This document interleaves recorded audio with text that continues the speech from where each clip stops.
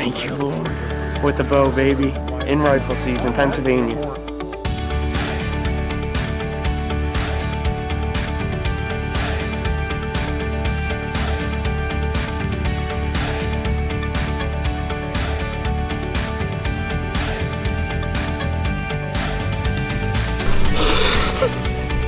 I just got my first target with the bow.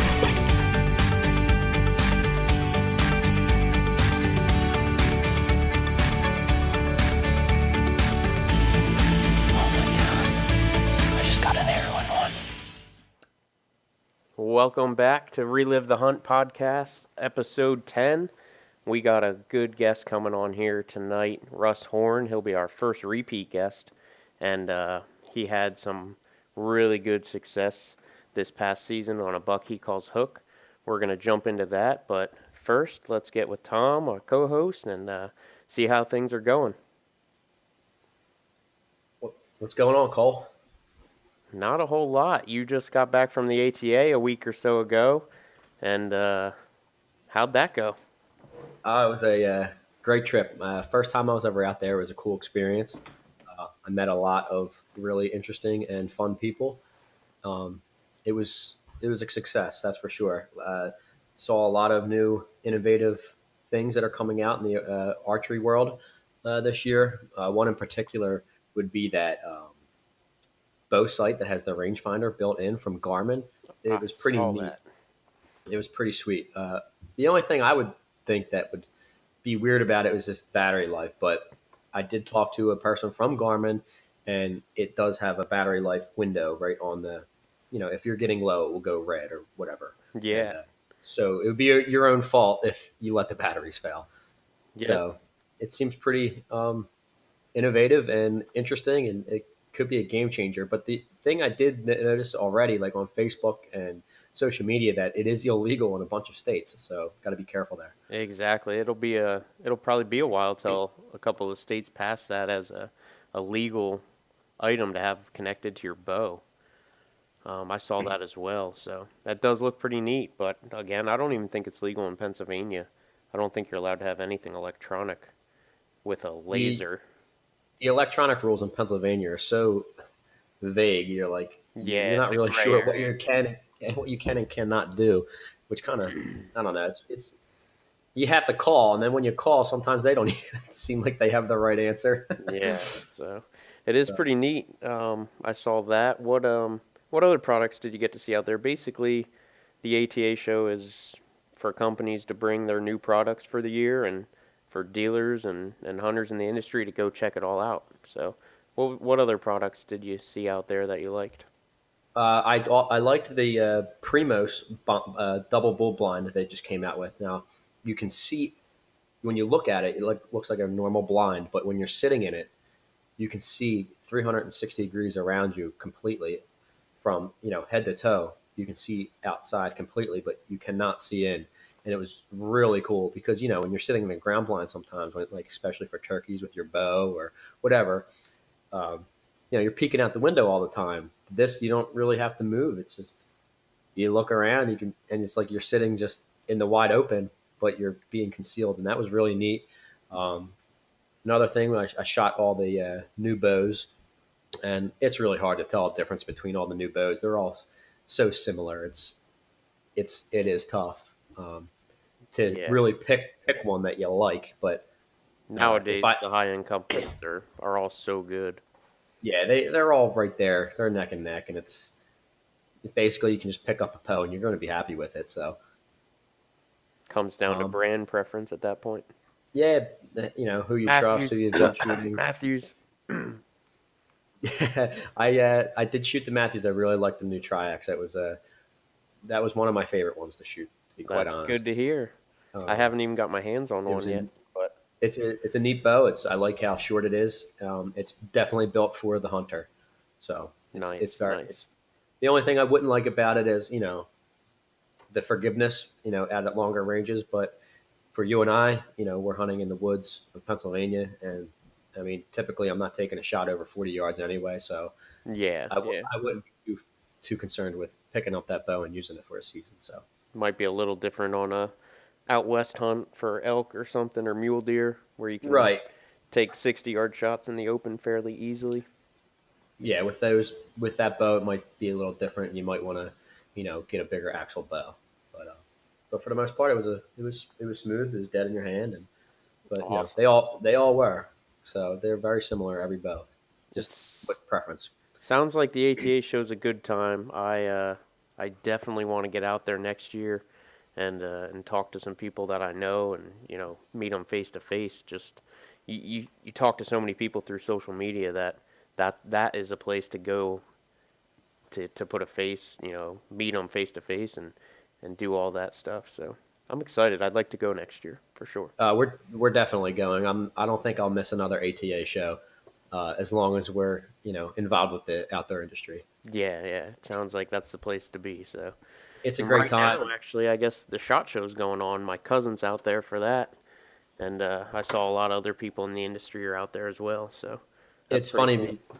It's funny. I was out at the ATA, and a lot of people would ask me, "Oh, you're going to the SHOT Show?" And I'm like, "No, I'm not, I'm not going." And I'm like, "Well, I want to, but it's just not in the cards right now." But Yeah. one thing I did it, which I wish I had out there, was I wish we had all of our gear to do some live podcasting at the show, because you get into conversations with some of these people that you had just met, and you tell them, hey, yeah, we do a podcast, and they're like, well, let's podcast right now. And I was like, well, I don't have the equipment, and I wish I did, because I would have had some really cool guests on there and talking about anything from western hunts, from elk to or duck hunting, and then come back home to Pennsylvania and talk with guys.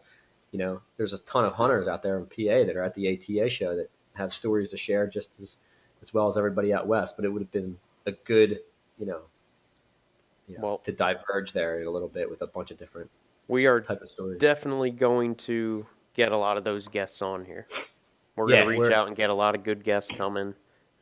There's, I mean, there's so many hunters out there and so many stories to be told that I feel like we're going to be booked for a long time with podcasts. So I'm excited for that.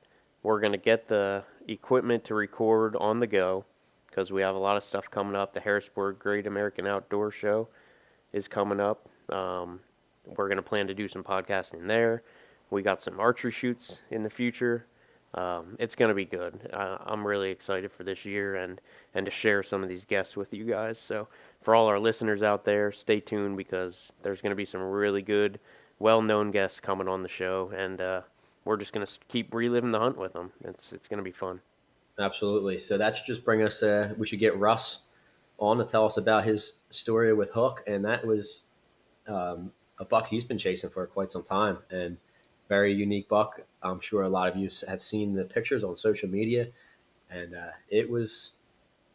it's definitely We'll a let story to we'll be let told. Russ tell the story, but Yeah. that buck is for sure a once in a lifetime Pennsylvania buck. It's cool. Check out our social media. We'll have the pictures up there. We'll have it on the website with the podcast.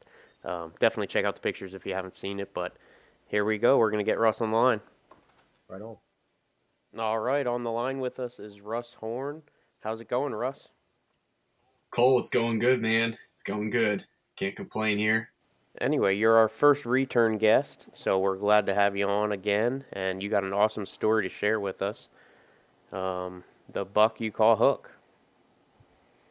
Yeah, it was quite the hunt, man. It all started last year.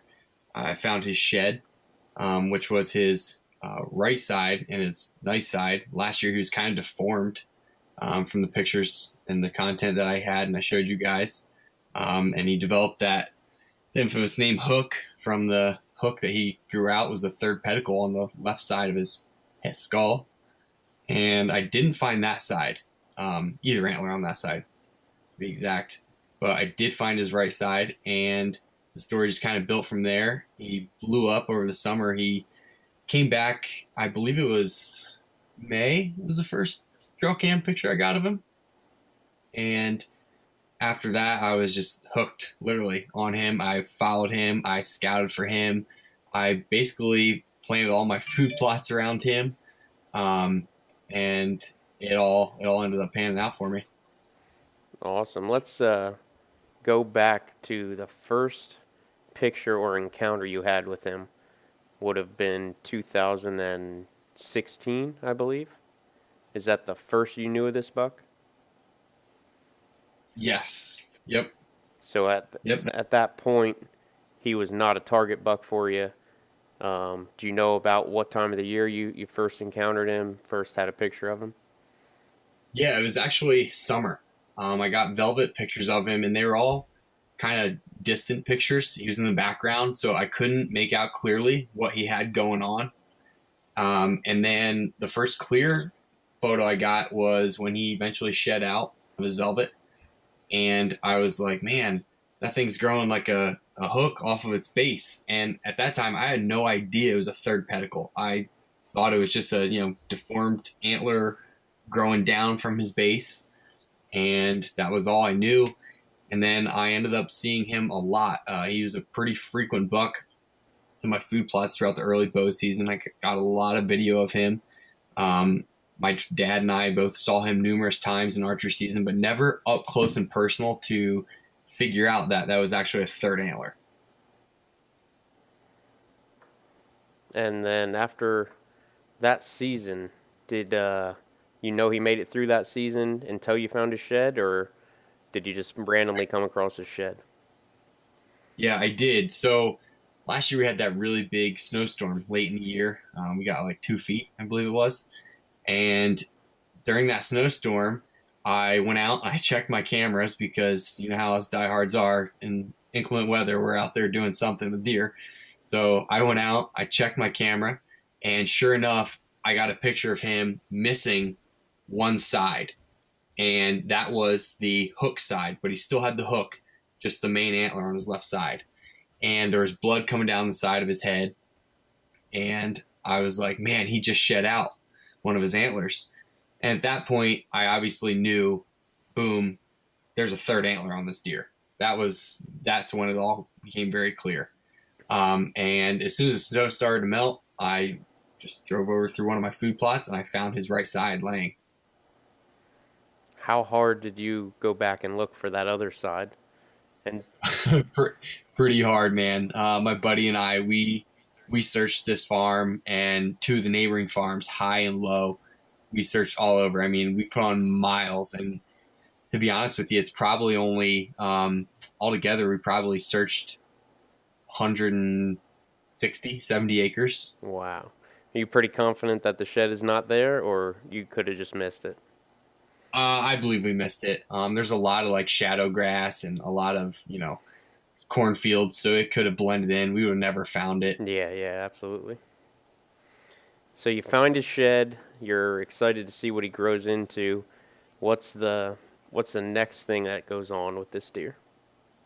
The next thing is that we kind of go through spring, hoping, man, I hope this buck stays here and makes this his home. He was young. He's only what I believe to be 2.5. So I was just hoping that he stayed here and he became the dominant buck and didn't venture off and find his own ground.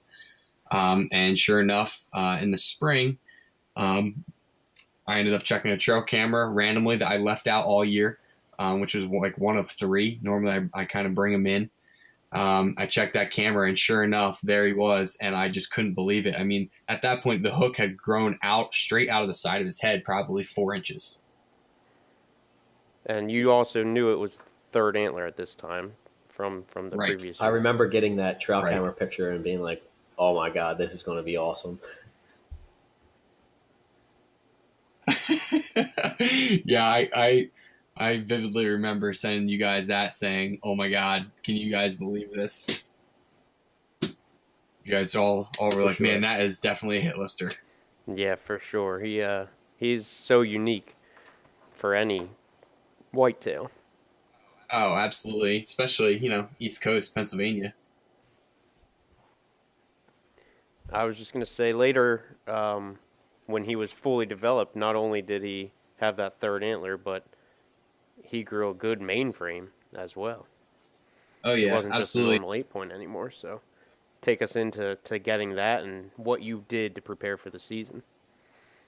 Okay, so after I got that spring, early summer, trail cam picture of him, and knowing that he was going to kind of stick around, I eventually started picking up on more cameras because at that point I was like, oh man, I got to get all my cameras out and pattern this deer and follow him along and see what he turns into. So at this point, I probably have a dozen to 14 trail cameras out now, and we're talking it's only June. And I had them scattered all over the farm. I started on the food plots. Obviously, I was just dumping minerals out. My mineral sites were, key. And the funny thing is that I didn't hardly have him on any of my mineral sites. All my photos were entering and exiting the food plots, which was kind of funny because usually you think, they crave that protein, those minerals, and you think that's where they'd want to be. I just didn't have a lot of pictures of them on there. Yeah, so were you a little worried at that point that, he wasn't just using your property? I was. Being where I'm located, I'm lucky on one side of our farm where, there's only, there's two neighboring parcels on one side and nope, they don't allow any hunting. So I'm fortunate in that aspect. And then you go to the other side and it's kind of the opposite where you kind of have that one bad apple spoils the bunch. But you try to push through and hope for the best. And at that point I was kind of nervous that deer would venture over there at the wrong time, but luckily he didn't. And I, like I said, I kept my eyes on him. I watched him and eventually I started getting pictures of him, fully developed. He grew out and his main frame was about roughly 120 inches is what it turned out to be, without that third antler. But like I said, I just kind of followed him around food plots. And that took me into early September. At that point, he was shed out, and then I started seeing him hard-horned, and I was just like amazed, absolutely amazed. I remember sending you guys those pictures, and you guys were just like, "Oh my god!"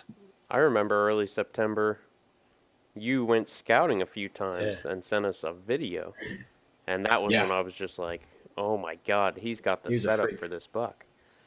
Yeah.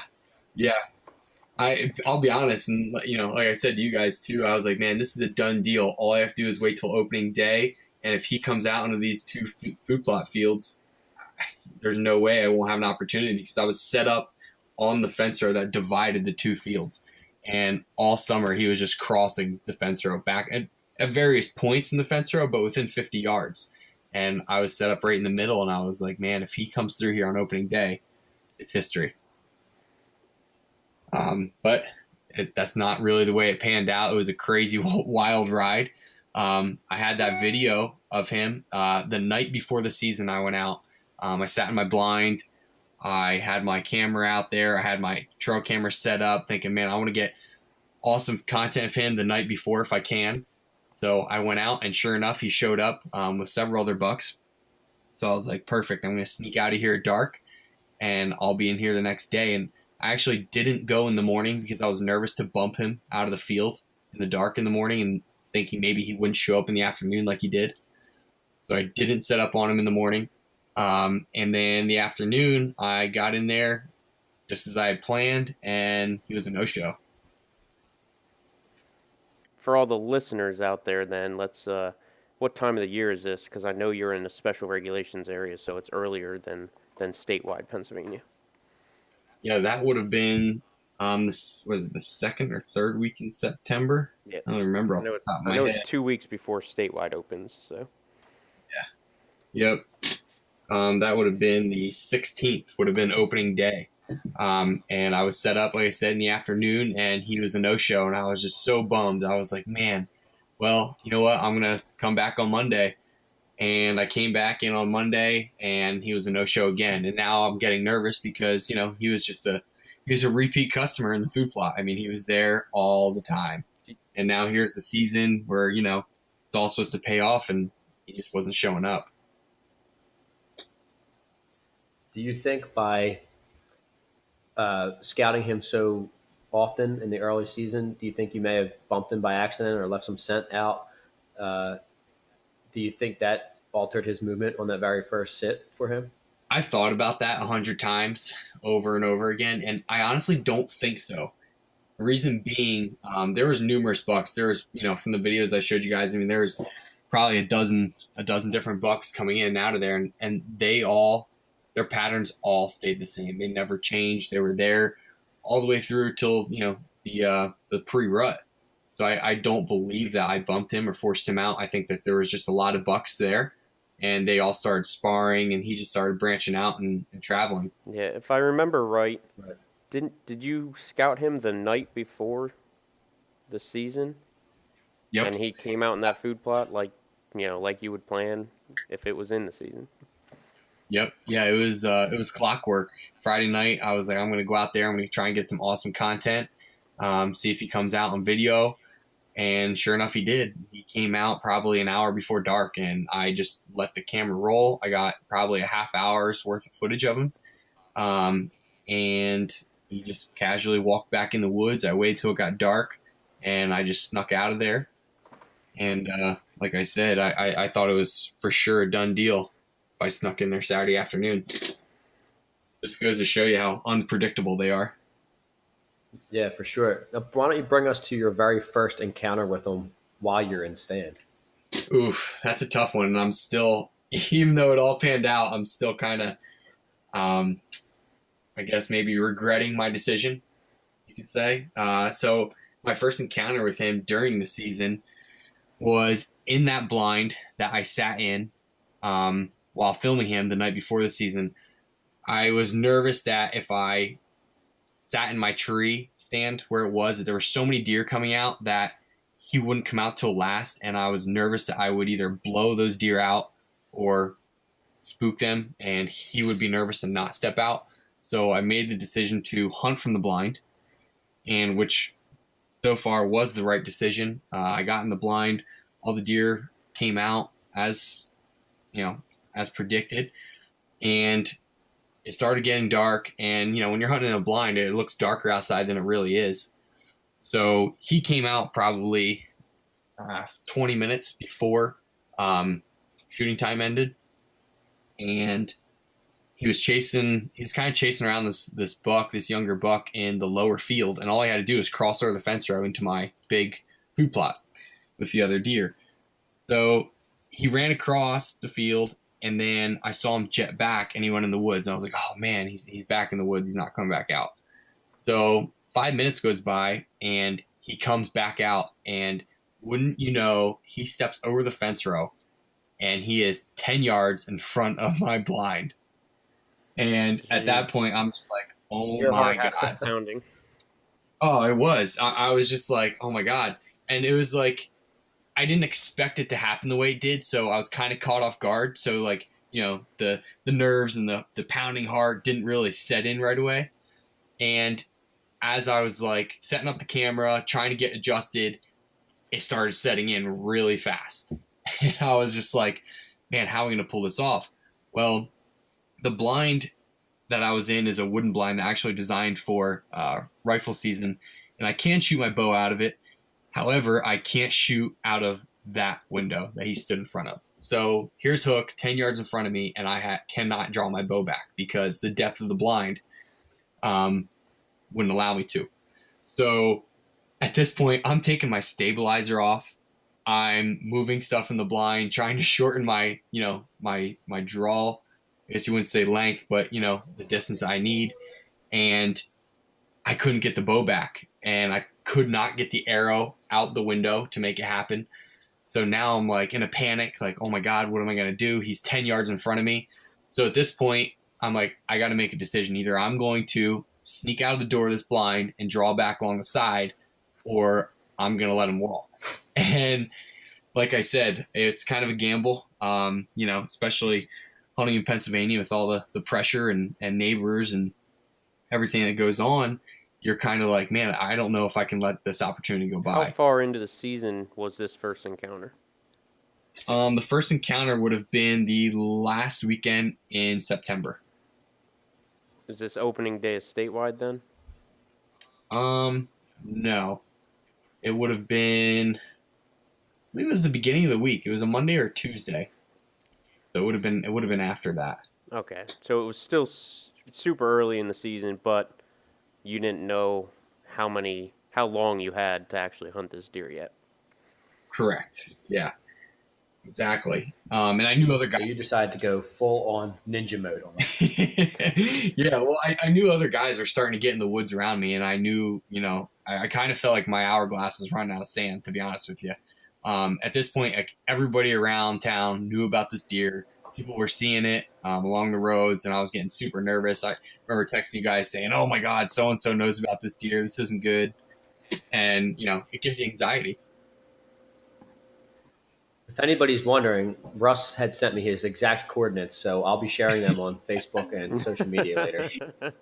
We'll be I sure to remember post that and tag it with the podcast. I remember sending you screenshotting my Onyx map with the arrows saying, "This is where I am. What do you think? Which stand should I be in?" The good news is that deer is dead. Yes, Correct. he is. He absolutely is. We just ruined the story.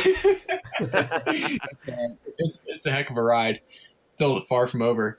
But yeah, like I said, so at that point I had to make an executive decision whether I'm going to sneak out of this blind and try and get a shot off, or I'm going to let him go. And instantly, I was like, I gotta take advantage. So at this point, it's getting darker.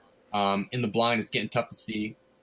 I slide out of the side of my blind, get out of the door, and next thing you know, every deer in that field is looking at me. When I say every deer, I mean like 30 or 40 deer across this field are staring at me, except for Hook. And this Hook is now. is no exaggeration because I've seen some videos from these fields and they are filled with deer. Yes, Mind blowing that's to see in Pennsylvania. Yeah, it was pretty intense. Like I can remember getting out, looking up, looking at every single deer, like making direct eye contact, thinking, "Wow, there's like 60 eyes staring at me right now." And I looked up, and all I saw was Hook quartering away, walking away at the perfect angle, not paying attention. And I was like, "Oh my God!" So I drew back, and I made a bad judgment call on the yardage, and I watched Nocturnal go right over his back. And the sparks flew, and the deer shattered, and my heart, I think my heart broke, actually, to be honest with you. Did you know right away when you released the arrow? I didn't. To be honest with you, I wasn't sure. Like I saw the Nocturnal go, and I saw it going over his back. Like I believe he jumped it, to be honest with you, because when I saw it flying, it looked like it was dead on, and next thing you know, I'm seeing sparks, and he was taking off like a rocket. So at that point, I knew I shot right over him. At that point, the tears started flowing. Oh my God, they did. And I was like, to be honest with you, the first, I was like, what am I going to tell Tom and Cole right now? Like, they're going to be like, oh my God, no way, you blew it. And I'm thinking, I'm like, oh man. So I let it all soak in. I sat there. Literally, I was like slouched down on my knees. Like, did this really just happen? And because, like, everything boils down to that 10 seconds or 30 seconds it takes to draw the bow back and release an arrow. Yeah, It's it all comes down to that. That Yeah. makes or breaks it right there. Absolutely. And, and all I could think about was everything I did from last year, finding that shed, running my cameras, doing the food plots, the mineral sites, hinge cutting, my prescribed burns, all that work. It felt like it was all for nothing at that point. And it was such a buzzkill. And I remember coming back into the house, getting out all my gear, hanging everything up. And I can remember sitting down, just staring at my phone, thinking, okay, who am I going to call first, Tom or Cole? It was like I have to deliver the bad news. It was like, I lost something or someone. I was just like, oh my God, this really just happened. The story was so intense on the phone too, because it's like you just think you're gonna smoke this deer, and it keeps going. And honestly, I don't know what I would do in that situation. I feel like I personally probably would have been like, I'll just come back tomorrow night and I'll kill him if he's that calm. Well, to be honest with you, that's what I thought. And at that point, I was like, That was a ballsy move. It's a risky move, but I guess you didn't see him for a week or so. So I didn't know when he would come back again. And I don't know if Tom, if you remember, my next move after not seeing him, I invaded the bedding area. I remember you calling me and telling me what you did. I'm like, well, you just ruined your whole chance of ever seeing that deer ever again. I was like, what the hell are you doing? Yeah, I couldn't believe it when I heard that. You were like, man, I just had an encounter with Hook and another buck. And if I remember right, you like stared at him at like 20 yards. Yeah, not even. I was like, I remember calling you, Cole, and being like, you won't I believe can't what we believe just it. did. I was like, no, he's got this deer coming out to this food plot. you know what the funniest part is? Let me go find him because I'm scared he's gone. The funny part is I'm that guy saying, stay out of your sanctuary, stay out of your bedding area. And I ignored all my advice I've ever given and did it myself. I get it too because it drives you nuts not knowing, and it Yeah. makes you do things you shouldn't do. Yeah, it sure does. I tried talking him out of it. It was like I was on a ledge and I jumped. I mean, that's really what it came Yeah, down to. yeah. And I would have No talked you doubt out of he it if you jumped. called me before you did it. But Oh, he went head first too. and this no was bungee. before. Was this before the encounter? First encounter? The first encounter in the field? Yeah, where you missed him. No, this was immediately after. Okay, so you miss him, and then you're like, well, all bets are off, and you go stomping into his core area. Yeah. So let me put some more pressure on him. I kind of Man. Makes a lot of sense. from all my, from looking at my maps and running my cameras, I kind of felt that I had his bedding area pinned down. And I didn't mention before, I had summer pictures of him coming out of the other side Yep. of the sanctuary, going out to the neighbors. And I thought, if he's still here, he's probably going out the other side to feed now. Maybe he's spooked and he's going to go out the other side. So I grew that wild hair and thought, you know what? It's raining. There's a little breeze. The wind is right. I'm going to go trek right into his bedding area and kick the door in. So you went in there planning to kick him out? Not kick him out, but hoping to have a shot because I felt that I had the advantage on him. Okay, so you basically were putting on a stalk. I wasn't sure if maybe you thought he was using that area and you just wanted to verify it, whether you got a sighting or just saw the sign. But you were actually going in there like, I marked off everything on my map, and this is where he's going to be. Oh, yeah. I went in there, arrow knocked, release on my D-loop. I mean, ready to go. I go in that morning. Like I said, it was wet, so it was a real quiet entry. The wind was perfect. It was blowing the direction I wanted it to. So I snuck in. There's this old metal tree standing there, and I thought, you know what? I'm going to sneak in, take my time. I'm going to get up in this tree, and I'm just going to spend my morning here and see what happens. So I sneak. It takes me about an hour to go about 100 yards. And I was real stealthy. I get in there, and everything was perfect. I start climbing the tree, and so at this point, you're wishing you had a tree stand in there. Well, and I'm climbing this metal tree stand that I have no idea whose it is, but it's on the neighboring property that I have permission to hunt and no one else. So I'm thinking, okay, well, this is just an abandoned tree stand from years before, and I'm going to try and climb up in it. So I get to the tree, and I look up. I'm like, all right, well, it looks good, so I'm gonna gamble. I'm gonna go up it. So there is a metal brace hanging from the ladder. I get halfway up the tree, and my muck boot tings this metal brace, which makes it bounce off the ladder itself, and it makes this metal on metal noise. The horrid metal on metal in the woods noise. Yeah, it's like you make that cringing smile, eyes closed, like, oh my God, please stop. And I look up, and there he is, bedded down 10 maybe yards from me. And I'm like, oh my God. It's unreal. And I look over, and there's Dagger, another buck that I had seen all year. He actually had gotten shot by a neighbor. And he stood there, and I was just like in disbelief, like, oh my God, I was right. Here they are. And I had no way to... caught with your pants around your ankles. Oh, yeah, absolutely. I forgot about that. So I'm like, okay. So now we're in a stare off, which lasted about 10 seconds. And he jumped up, took off directly towards the heart of my property and my food plot. So I wasn't too bummed out about that. I was bummed that I jumped him and didn't get the shot. And at that point, I climb in. I'm like, okay, most mature bucks will circle back. And the wind was right. Hey guys, thank you for listening to Relive the Hunt podcast. We're taking a quick commercial break here. We'd like you to please subscribe to us on iTunes and leave us a sweet review. Also, like us on Facebook and follow us on Instagram. And stay tuned for all our daily updates of when our next podcast will be coming out. A lot of big things coming our way. And the reason for this commercial is we had recently lost Russ on the phone. So you're going to hear a little bit of recap here. And thank you for listening. All right, so Russ, you were caught with your pants around your ankles halfway up a tree stand, and you saw Dagger and Hook, I did. and they both escaped with no harm. Absolutely. They took off like a rocket. And at that point, I thought, you know what? I'm going to finish climbing up into this tree.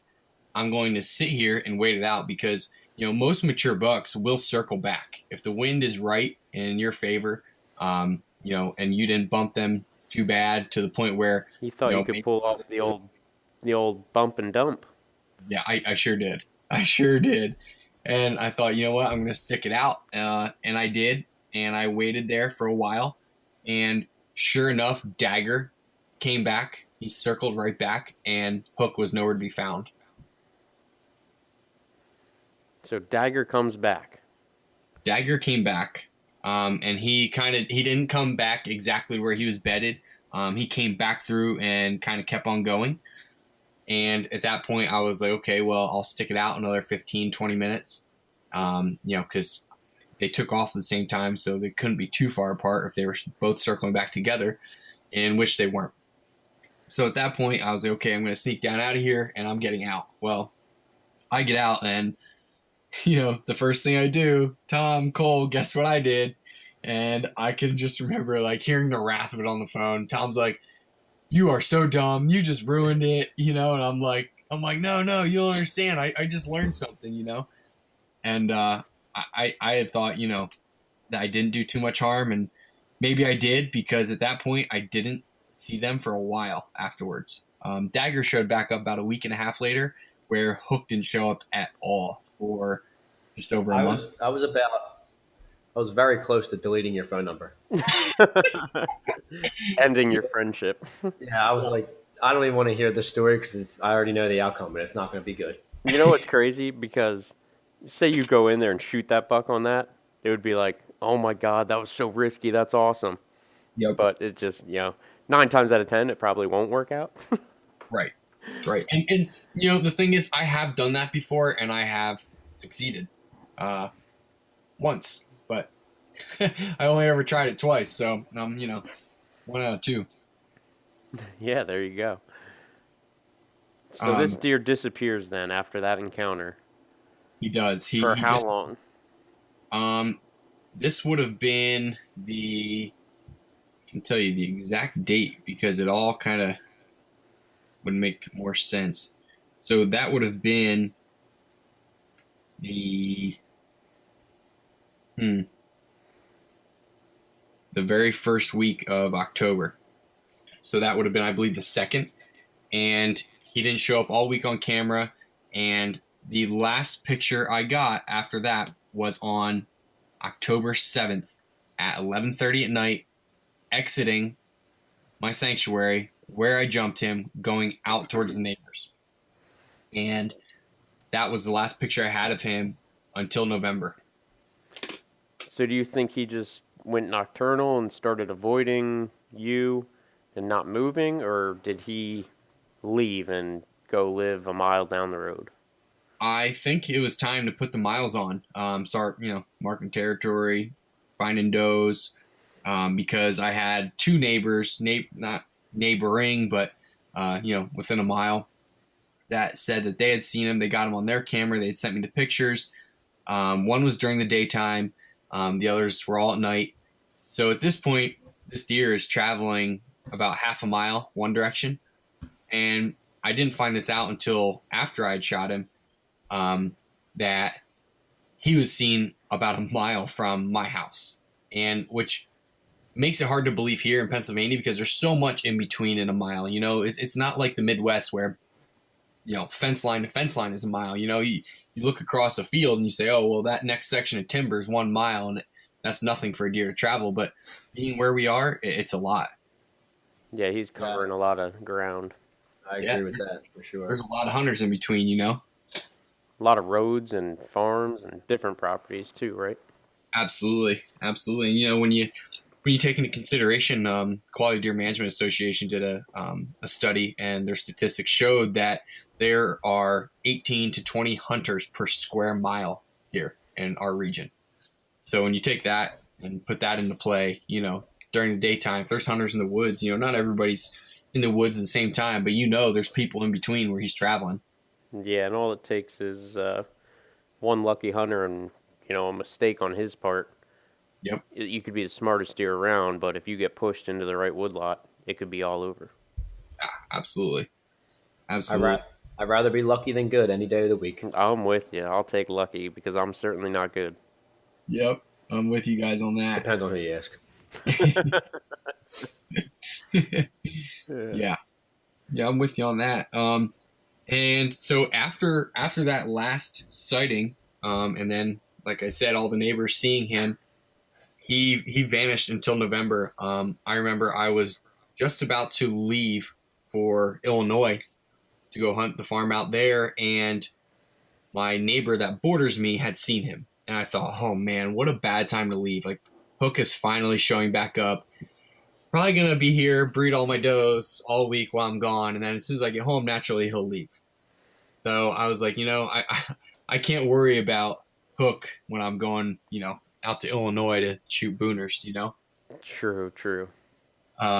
So I left, went out there, wasn't successful, had opportunities. Actually, I drew back on a booner, probably 170, 180 inches, and he just had his nose to the ground, dogging a doe, and just couldn't make it happen.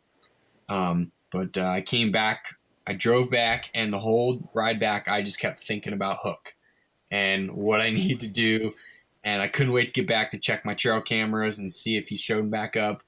And sure enough, I rolled into town. I drove through the night, rolled into town about 9:30, 10 o'clock on a Tuesday morning. And wouldn't you believe that morning, I get a text from my neighbor who really good friends with. We show each other our trail cam pictures and, kind of strategize, which I don't do with too many people, to be honest with you. Kind of keep that on the down low. But he texts me and says, Hook is within 30 yards of me and I have no shot.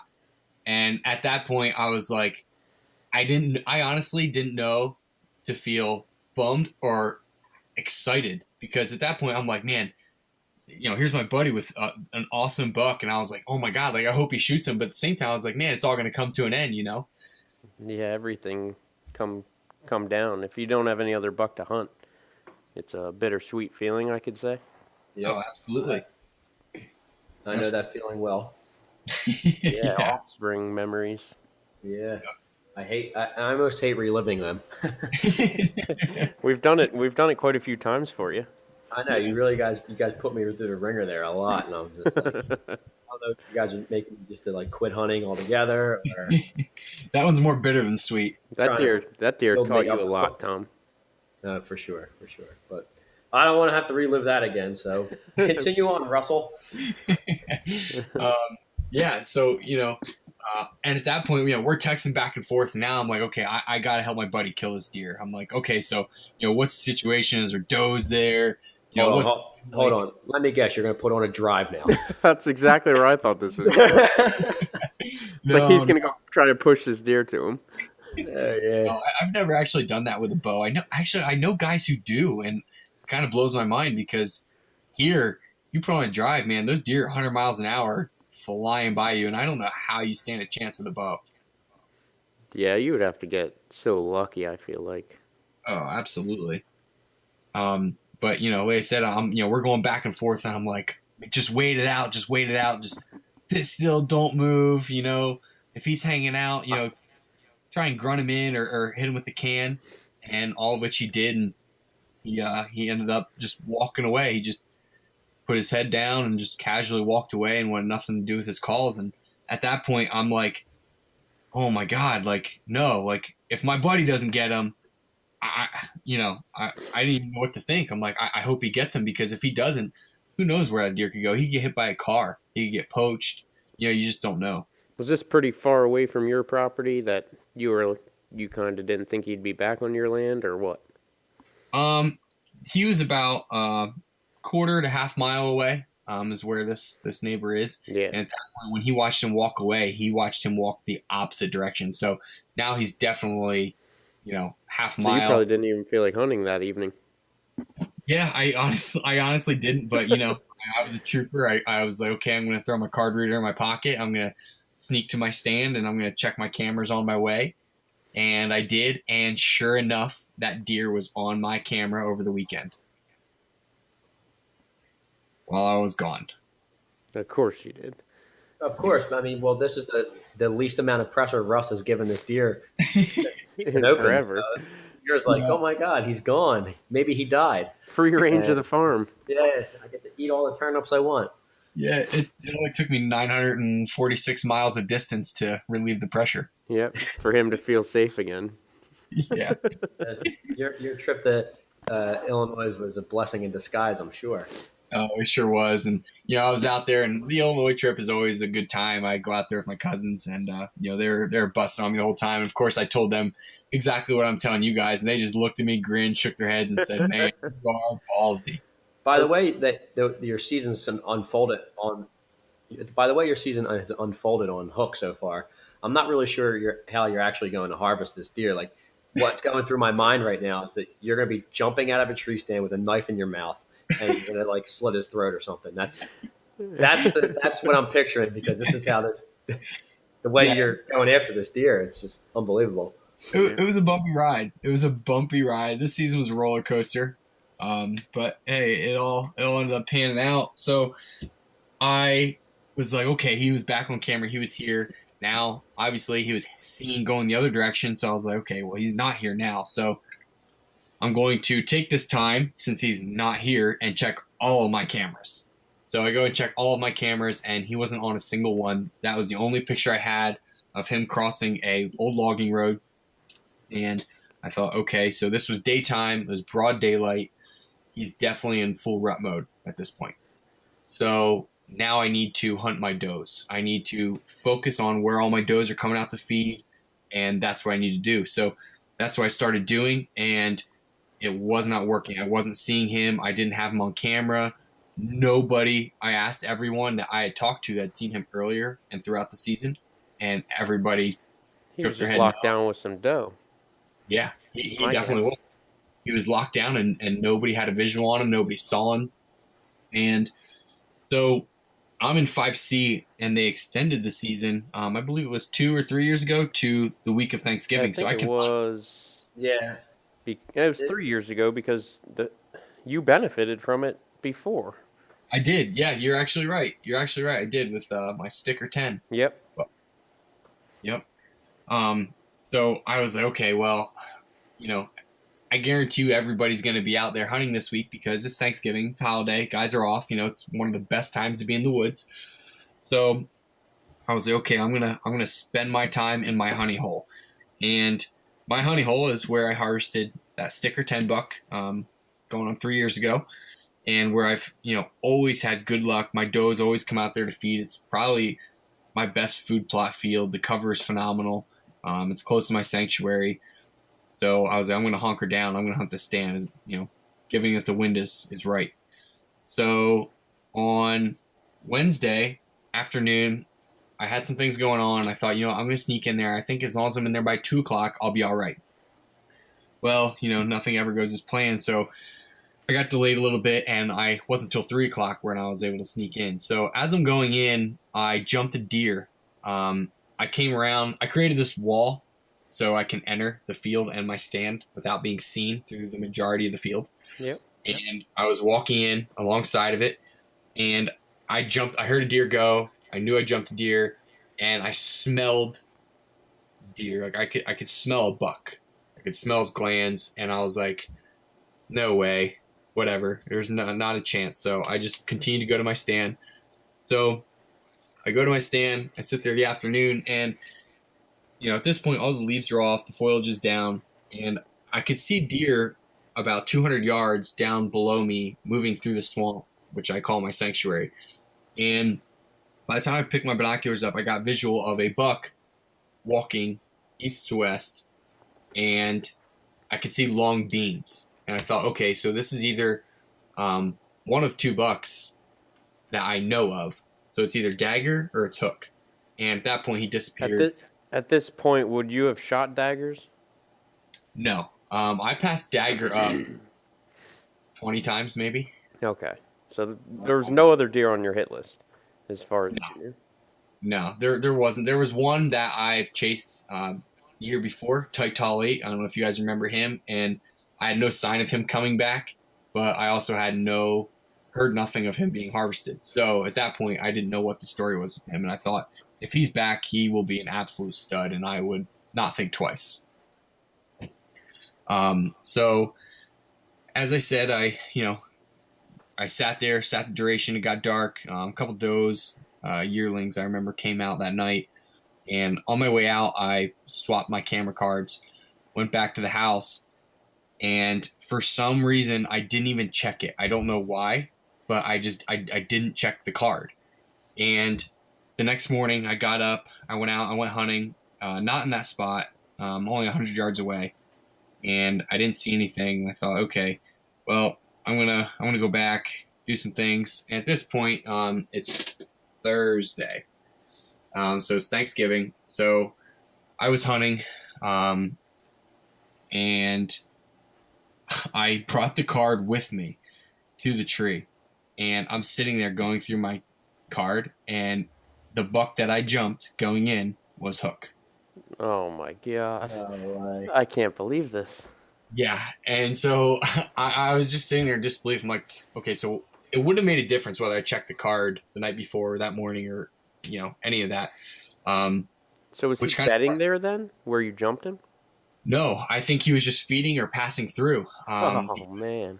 He was just out he was out in the middle of the food plot. And like I said, I was on the other side of the wall that I created, so I couldn't see. I knew there was a deer. I could hear it go. I saw a flash of a tail, and that's all I got. And like I said, I pulled that card when I left that stand that night. I didn't check it for whatever reason. Then the next day I didn't check it, and I remember checking it in the stand, and sure enough, I was like, oh my God. So I remember texting my dad sending him the picture saying, oh my God, Hook is the buck I jumped coming in the stand. And I remember texting you guys saying Hook was here, and you guys were just like, oh my God. So at that point, I'm like, all right, this deer is here. I literally have 2 days left to hunt him. And so I thought, okay, I'm committed to this tree. I'm not going to hunt anywhere else but this tree. So the next day I got in there in the afternoon, and I set up, and that was the day. And I should throw this in there too. So you guys know about my rangefinder catastrophe, right? Yeah. Oh, yeah. We heard this story. So I went out west, and I've never needed a rangefinder. I've always, I don't know, I felt confident in my abilities to judge distance, and I'm not one to really shoot far. I'll shoot to about 40 yards. I can shoot 50 dead on, but 40 is really my max. And where all my stands are set up, I kind of have landmarks to where I know the distances. So I know, okay, this deer is, to this tree, and that's 20 yards, and, to the beginning of this food plot's 10. So my question is for you. If you know that's 20 yards, did you use a rangefinder at one point to figure that out? I did not. I paced it. Okay. I paced it off, kind of old fashioned, a little traditional, but I would have thought that you would want to go buy a rangefinder the minute you missed Hook the first time. To be honest with you, it never, came to me to go buy a rangefinder until I went out west. Told my cousins the whole story, and they laughed at me, made fun of me, and they basically gave me a complex and saying, because I didn't have a rangefinder, and I thought, on my ride home, I'm stopping and buying a rangefinder. So I drive home. I stop at sporting goods store, Dunkelberger's here, and I bought a rangefinder. And I thought, you know what? I have a complex. I don't think I can hunt now without a rangefinder. So I get the rangefinder, and I have the rangefinder now with me. And so circle back to Friday. I get in the tree, and I'm sitting in my tree now. At this point, I'm hitting everything with the rangefinder. I'm like killing time now. So I'm like, man, this is kind of fun. I don't know why I didn't do this before.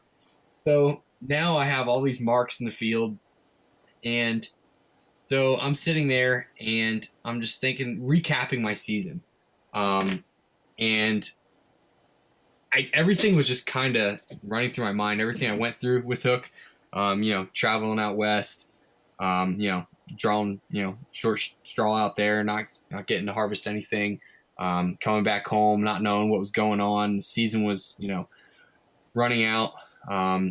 Rifle season started the following Monday, and I was like, man, the Orange Army's going to come in here, and who knows what's going to happen. So at that point, I kind of thought, man, I'm out of luck. And I don't know if you guys remember, but I had put my thoughts into words to a social media post about how my time was running out. I remember that. That was, like 2 days before the season ended, right? Yeah. Yep. And that was Friday. And so I sat in that tree, and I believe it was, man, probably around 3:40, 3:45, I think it was, where Did you write that post in the tree? I did. I did. I'm actually scrolling through it now. So I'll just read it off to you. So as I sat in the tree, like I said, I kind of put my thoughts into words and wanted to make a note as to how my season went. So my caption was, many years it seems you begin the season with all doubt and little hope, only to find yourself successful right from the start, or you begin the season with high hopes and end up burned out, empty-handed, and a pocket full of tags. Well, this is one of those years. I definitely put in more time, effort this year in my home state than ever before. I've passed up deer the average and even above average hunter wouldn't with only one buck on my mind. I've had encounters and opportunities. I play hard and I play by the rules. Otherwise, I would have gotten it done weeks ago. Doing things the right way is always a sweeter reward. With archer season ending and only a day and a half to go before the Orange Army hits the woods, I'm still trying my luck. And after all, luck is when preparation and opportunity meet. And no more than 30 minutes after that post, I looked up and Hook stepped out. And at that point, I'm just like, is this real life? Like, is this really happening right now? Yeah, you couldn't write a script any better than that. No. I remember reading that, and then what happens next is just like mind-blowing. Yeah. And I was just like, I looked up, and to be honest with you, I didn't get nervous. My heart didn't start pounding in the way where, like, oh my God, I started shaking. It was pounding like it's coming together and this is going to happen. And I kind of went in, got that killer instinct. I grabbed my bow. I hit him with the rangefinder, and I hit him at about, I think it was 80 yards. And he started feeding out across the food plot. And another deer was in the woods, jumped out, kind of got his attention. It made him come closer. And at that point, I remember hitting him again, I think at 67 yards, I believe it was.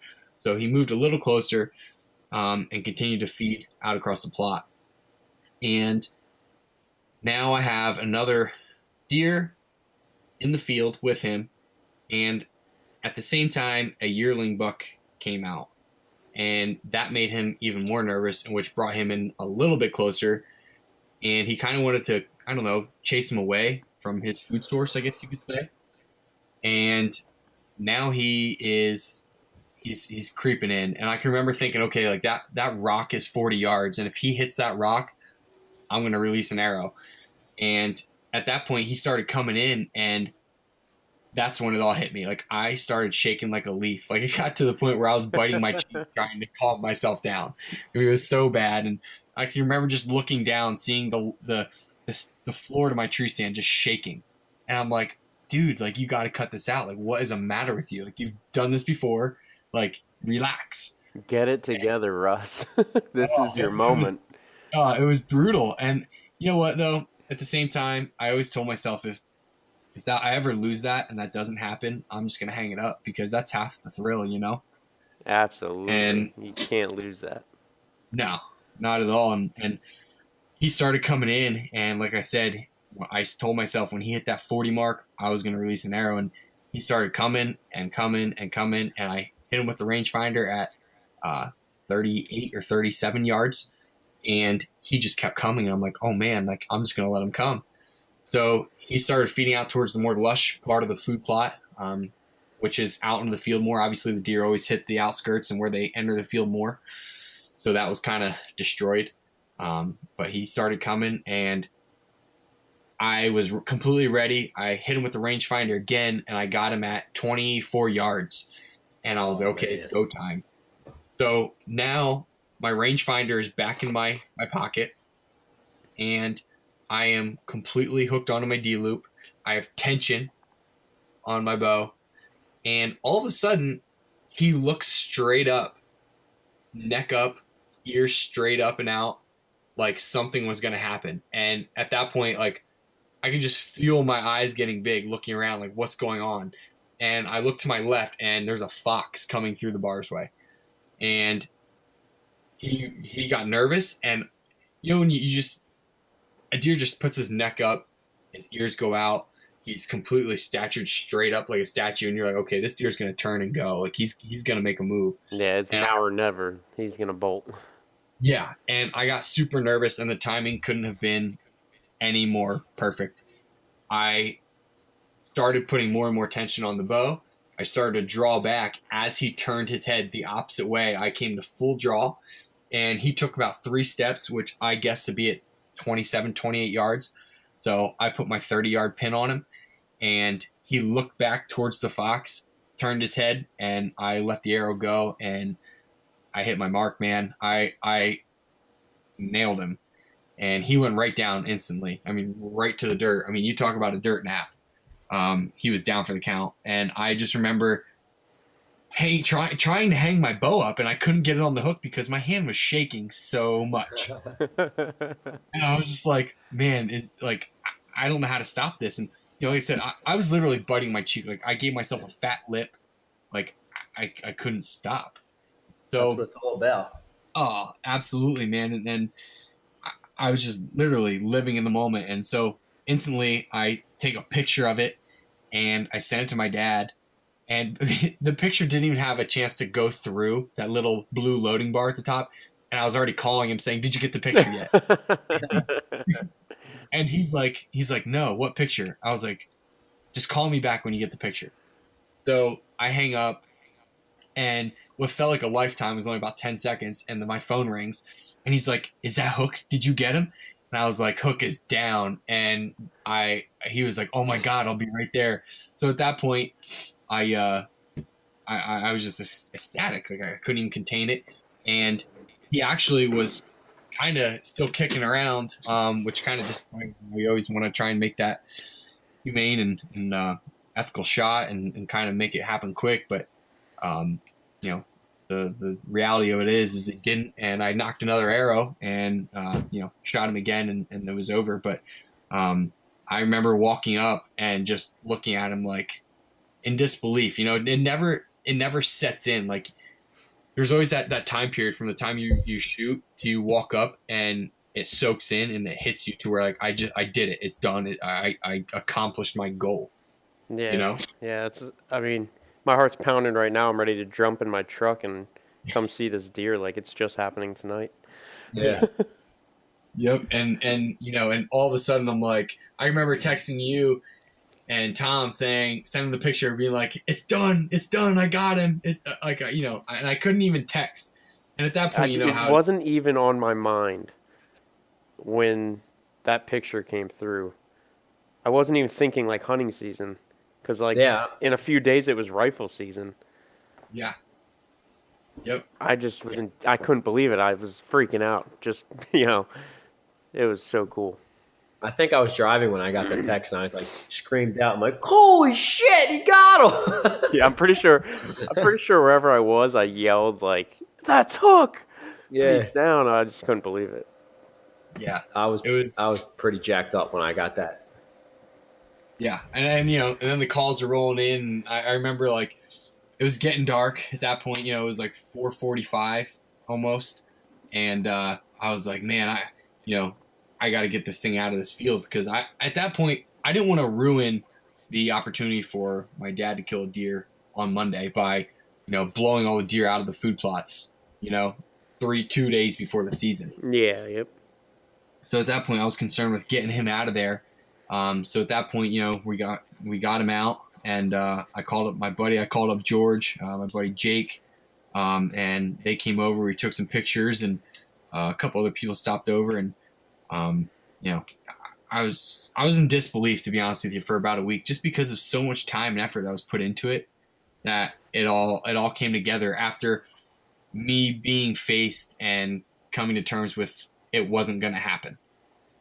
So here's a question for you. Would you rather, now this is a question I'd ask myself a lot, like, would you rather have all the summer scouting down, the plan and process, and then you go out there on the first night and you kill them?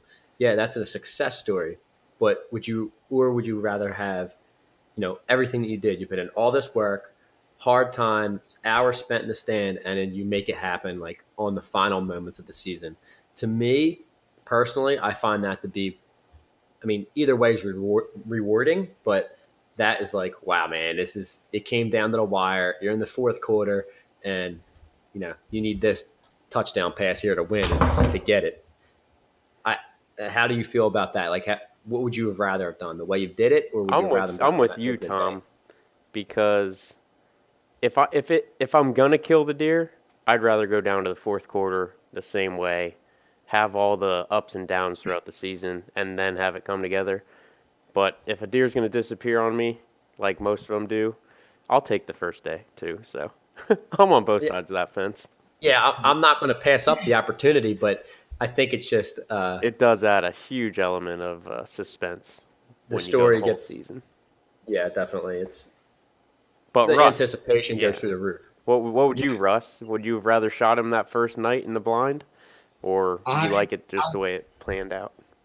I was prepared to put it that way. That's a really tough question, and I see both sides of it.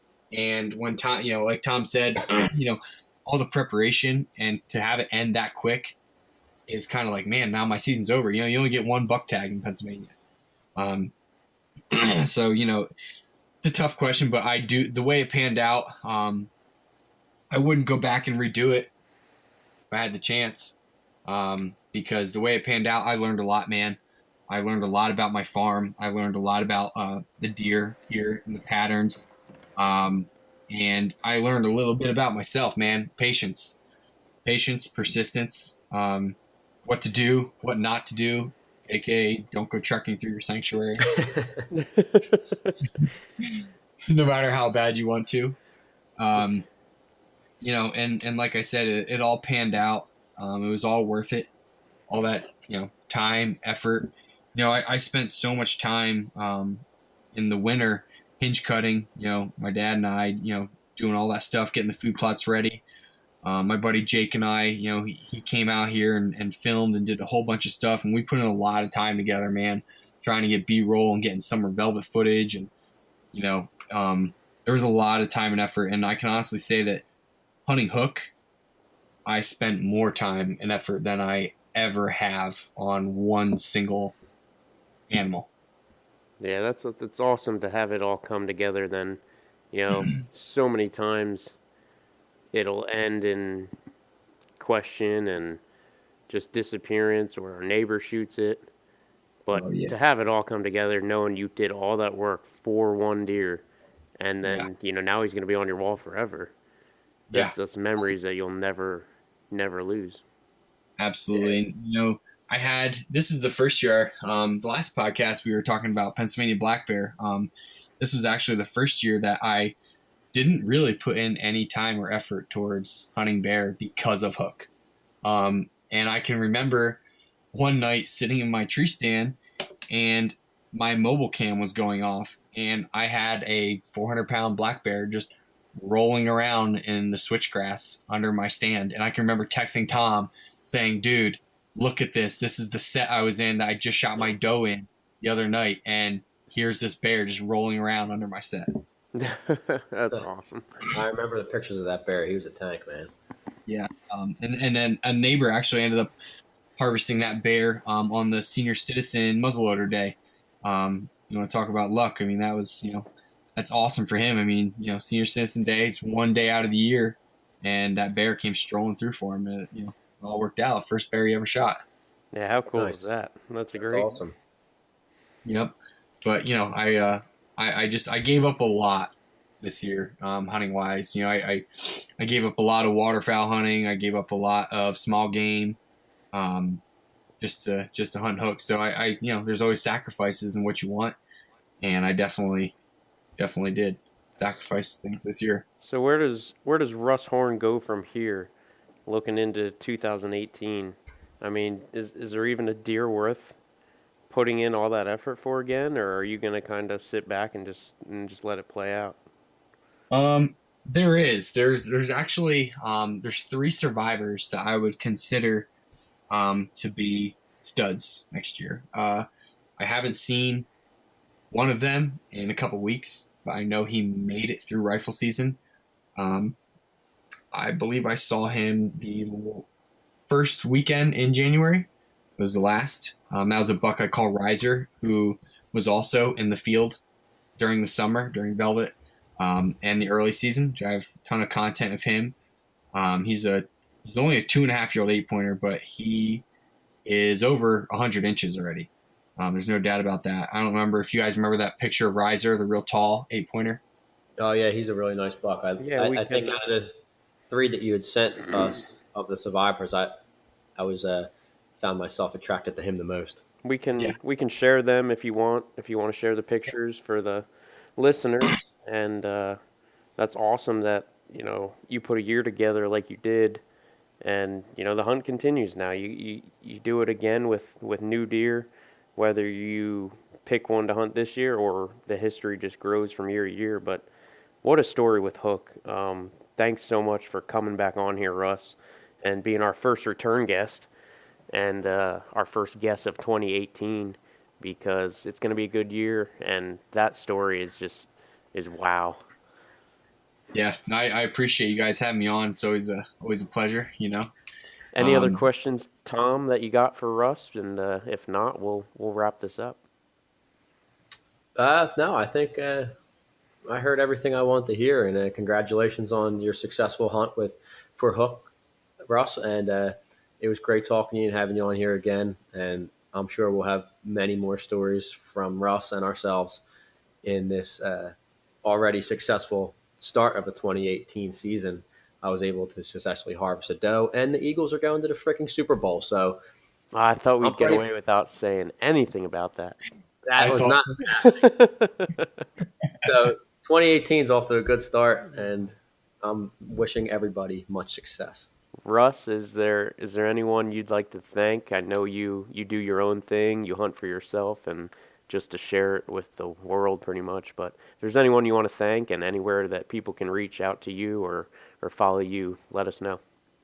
Yeah, I'd like to definitely thank you guys for having me on here. My dad for helping me out. Jake Patton, a big shout out to him for, tagging along, getting some awesome footage. And there's a couple companies I've been lucky enough to work with. Onyx Hunt Maps being one of them. Exis Trail Cameras, Wicked Tree Gear, or some awesome companies. And they've definitely been some key success factors in the story of Hook. Awesome. We'll make sure we link some of that stuff in with the podcast, and thanks for coming on. Until next time, guys. All right, guys, have a good night. Peace. Later. Go Birds! Boo! Cowboys!